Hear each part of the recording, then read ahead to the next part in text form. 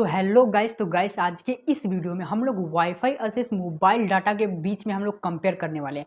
तो गाइस यहाँ पर ध्यान देना, यहाँ पर मैं पूरे 10 पॉइंट यानी पूरे 10 पॉइंट लेकर आया हूँ कि क्या रीजन है कि आपको मोबाइल डाटा लेना चाहिए और क्या रीजन है कि आपको वाईफाई लेना चाहिए, आपको कहाँ जाना चाहिए, क्योंकि अलग अलग सिचुएशन सबके लिए हो सकता है। जैसे कि पोर्टेबिलिटी, पोर्टेबल कौन सा है, अगर आप ट्रेवल करते हो तो आपके लिए कौन सा सही रहेगा, अगर आप घर पर रहते हो तो आपके लिए कौन सा सही रहेगा। पोर्टेबिलिटी की बात करें, स्पीड की बात करें, स्टेबिलिटी की बात करें, प्राइस की बात करें, डाटा यूजेस की बात करें, डाटा कंजप्शन की बात करें, ये ऐसे बहुत सारे मैंने यहाँ पर पूरे 10 पॉइंट लिए हुए हैं और यहाँ पर हम लोग पूरे फुल कंपैरिजन करने वाले हैं मोबाइल डाटा वर्सेस वाईफाई के बीच में कि कौन सा आपके लिए सही रहेगा।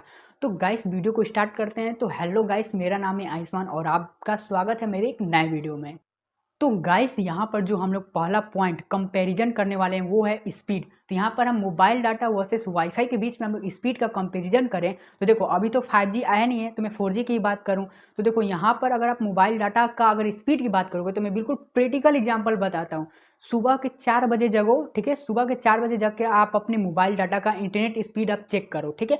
चेक करने के बाद अब यही चीज़ आप दोपहर के 12 बजे या फिर 1 बजे के आसपास आप चेक करो तो आपको स्पीड में, मोबाइल डाटा के स्पीड में ज़मीन और आसमान का अंतर देखने को मिलेगा। क्योंकि स्पीड मोबाइल डाटा की कभी भी वेरिएबल नहीं होती है, कभी ज़्यादा हो सकती है, कभी कम हो सकती है, क्योंकि ये एक वायरलेस कनेक्शन है, इसका कोई गारंटी नहीं है स्पीड कितना ज़्यादा होगी कितना कम होगी।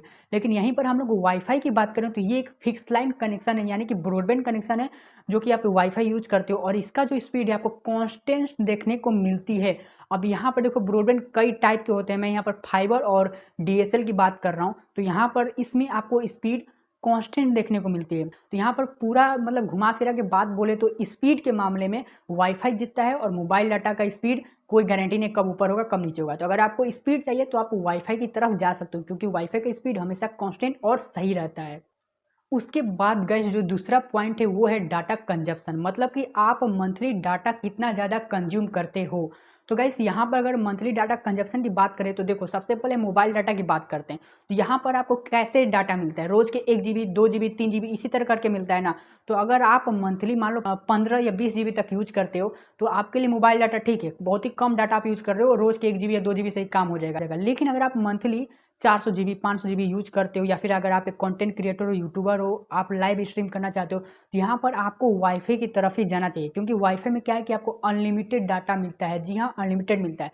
तो यहाँ पर अगर आपको डाटा कंजप्शन की बहुत ही ज़्यादा ज़रूरत पड़ती है तो मैं यही कहूँगा कि आप वाईफाई की तरफ जाओ, क्योंकि स्पीड भी सही मिलेगा और डाटा भी आपको अनलिमिटेड मिलेगा। लेकिन अगर आपका डाटा का कम ज़रूरत पड़ता है मंथली तो आप मोबाइल नेटवर्क पर ही रह सकते हो।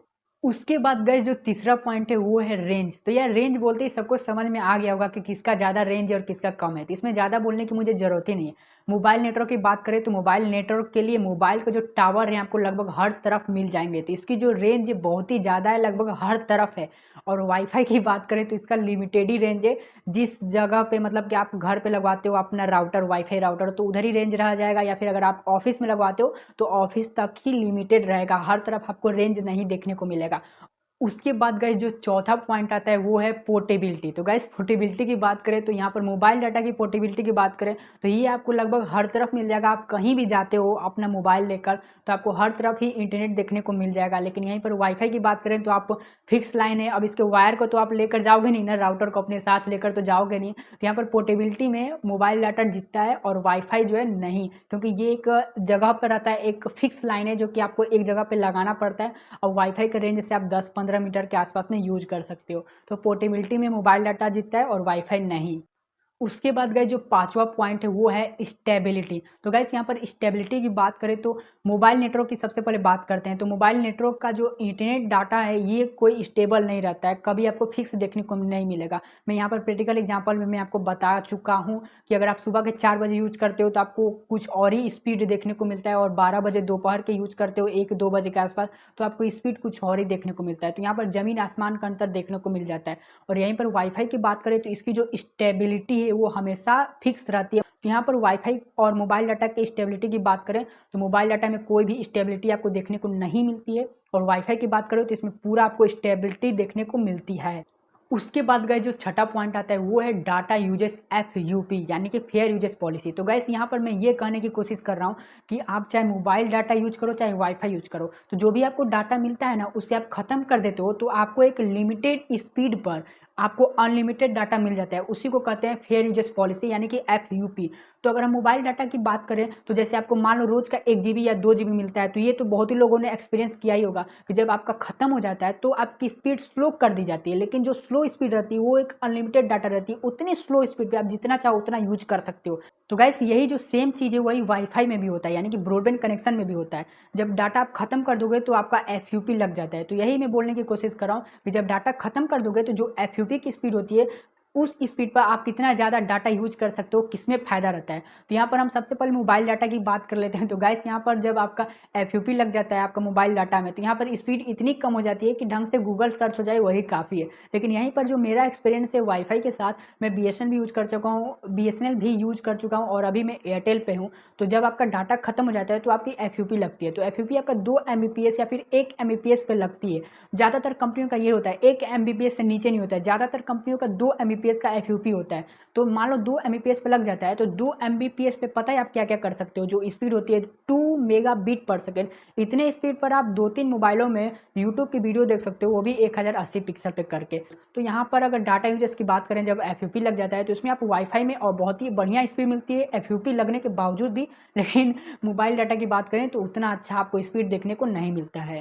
उसके बाद गए जो हमारा 7वां पॉइंट आता है वो है प्राइस यानी कि कीमत। तो देखो गाइस अभी तो 5G आया नहीं है, लेकिन मैं अगर 5G और वाईफाई में कंपेयर कर लूँ तो 5G का जो प्राइस है बहुत ही ज़्यादा होने वाला है 4G के प्राइस से।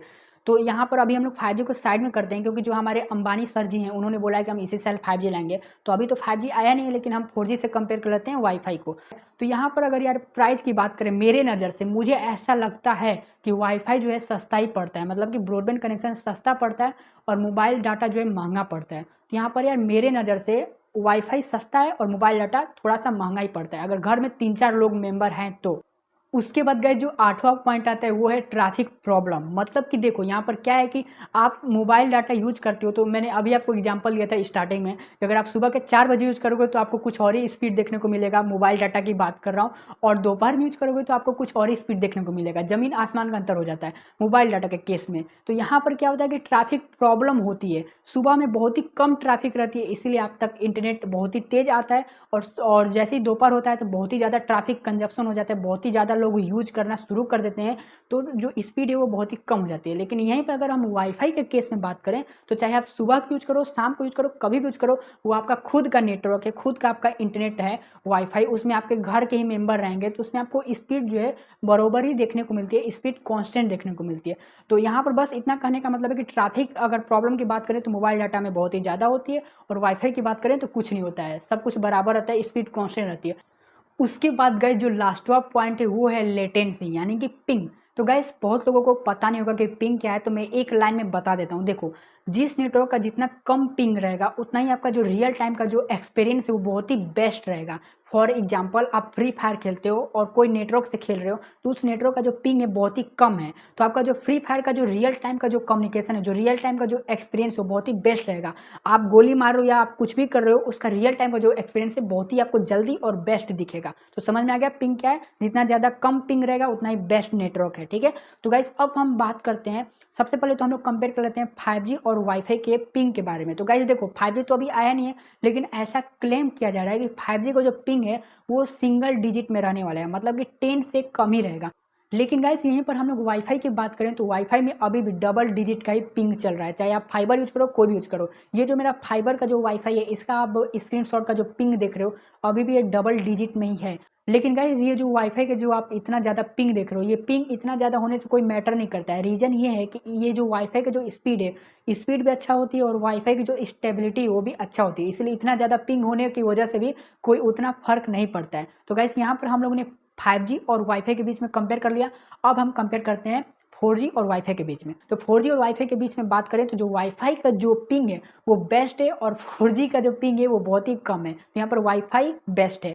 तो गाइस यहाँ पर मैंने पूरे 10 पॉइंट लिए और मैंने यहाँ पर मोबाइल डाटा वर्सेस वाईफाई के बीच में मैंने पूरा कंपेयर कर दिया। तो यार आपका क्या ओपिनियन है, अपना ओपिनियन जरूर इस वीडियो के नीचे कमेंट करके जरूर बताना, क्योंकि आपका एक कमेंट मेरे लिए बहुत ही इंपॉर्टेंट रहता है। और वीडियो पसंद आए तो वीडियो को लाइक कर देना, साथ ही में चैनल पर नए हो तो चैनल को सब्सक्राइब करके बेल आइकन को भी दबा देना। इस वीडियो में इतना ही, मैं मिलता हूँ आपसे हमेशा की तरह नेक्स्ट वीडियो में।